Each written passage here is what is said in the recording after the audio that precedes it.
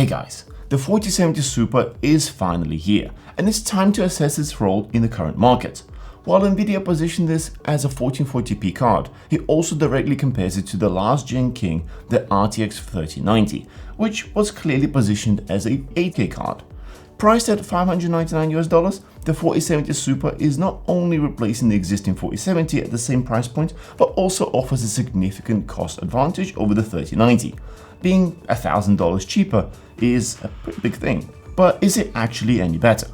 Well, yes, it is in most things. Let's get into it. First, let's quickly check some of the specs. Super Monaco is not just a rebadge and a new cooler color. It represents a substantial 21% increase in CUDA core count, a marginally higher base clock speed, and additional RT and tensor cores. The enhancement naturally leads to an estimated 10% increase in power consumption, bringing the total up to 220 watts. In this review, we'll primarily compare the 3090, the standard 4070, and this new Super variant, but we'll also provide ample information on other cards to understand their positioning in the market. Before we get into the benchmarks, for reference, here's the pricing for both 4070 and 3090. The 4070 can be bought new for under $550 and in some instances it may even come with some additional perks. The 3090 on the other hand still is priced at a steep $1,600, which seems exorbitant, especially considering that 4080 outperforms it in almost every aspect. In the second-hand market, the 4070 can be bought slightly cheaper, ranging from $450 to $550, while the 3090s go for between $650 and $900, which is significantly better than Newegg, but this is certainly going to vary by region. Moving on to the performance, we'll begin with average wattage. For this, we ran TimeSpy Extreme on loop and measured power consumption using Nvidia PCAT. This test confirmed that the 4070 Super performs as advertised, pulling 220 watts, which is about 10% higher than a non-Super variant. When it comes to the power efficiency, we use the same data and check for frame rates output versus the power input. Impressively, the 4070 Super scales remarkably well in this aspect. Despite its high power usage, it outperforms the original card and narrows the gap significantly with the 4090, which is the most power efficient card we've tested so far. In contrast, the 3090 falls considerably short in this metric, trailing at the lower end of the graph with performance difference of about 35%. This trend of superior performance is also reflected in many gaming benchmarks, but let's not get ahead of ourselves. First, let's explore some productivity workloads, starting with Vray.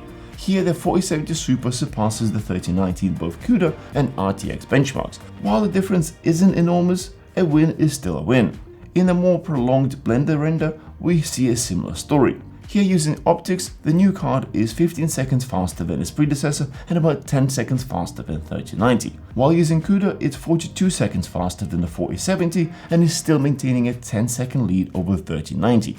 The next test is DaVinci Resolve benchmark by Bench, and here the 3090 with its 24GB of VRAM is beating the 4070 Super, but that is mostly because of its fusion performance.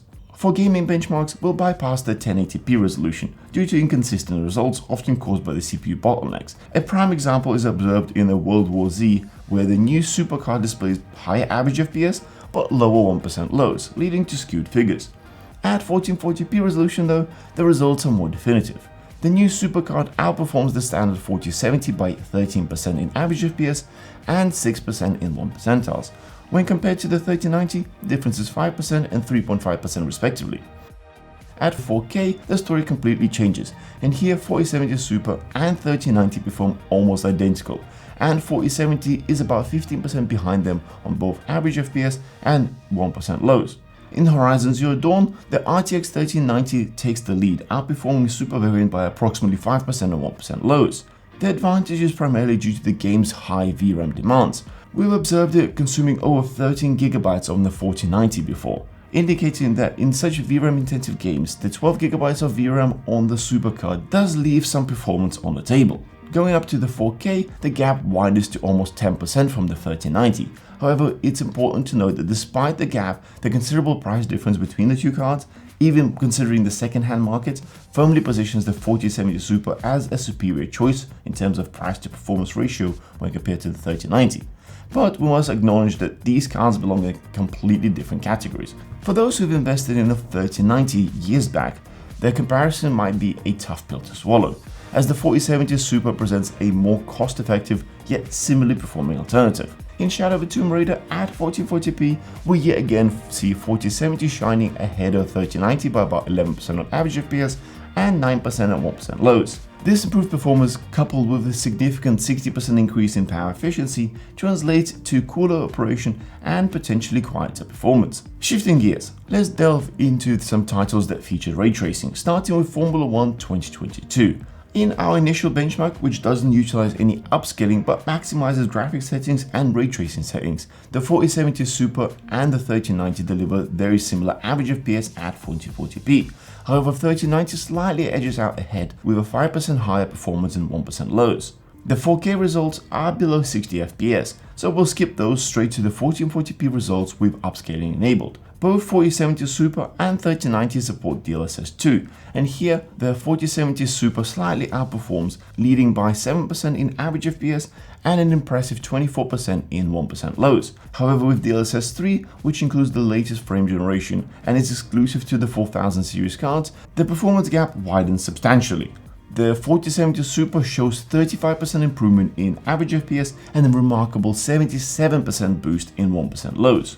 Moving on to Cyberpunk 2077, a more demanding game where DLSS becomes essential when ray tracing is enabled. We'll concentrate on a 1440p resolution with upscaling enabled, as these settings offer frame rates suitable for an enjoyable gaming experience. With DLSS 2, the 3090 and 4070 Super are closely matched, with Super variant leading by about 6% in average FPS and 11% in 1%. As anticipated, enabling DLSS 3 propels 4070's Super performance, bringing it close to the 4090 level. What I find interesting is the difference from the original 4070. We're talking 35% higher average FPS and 20% higher 1% lows. Which leads us well to the conclusion. If we were to compare the RTX 4070 Super to the RTX 3090, the Super variant proves to be highly competitive in scenarios that don't demand excessive memory bandwidth or capacity. For gamers at 1440p, it stands out as an excellent choice, offering a far more efficient performance than the 3090, and at a better price point. However, in the broader market context, it's worth noting that this is a 70 series GPU priced at $600 for the Founders Edition. We can also anticipate that the partner cards will carry a higher price tag, so it's not exactly a bargain. Ultimately, whether it's worth the investment is a decision I'll leave up to you. Share your thoughts in the comments below. Is this upgrade to Nvidia's existing lineup satisfactory, or would you expect more performance for this price range? If you want to check out any of the items covered in the video, the links are in the description below. I hope you found this useful. Don't forget to smash that thumbs up and subscribe for more. We'll see you guys in the next one.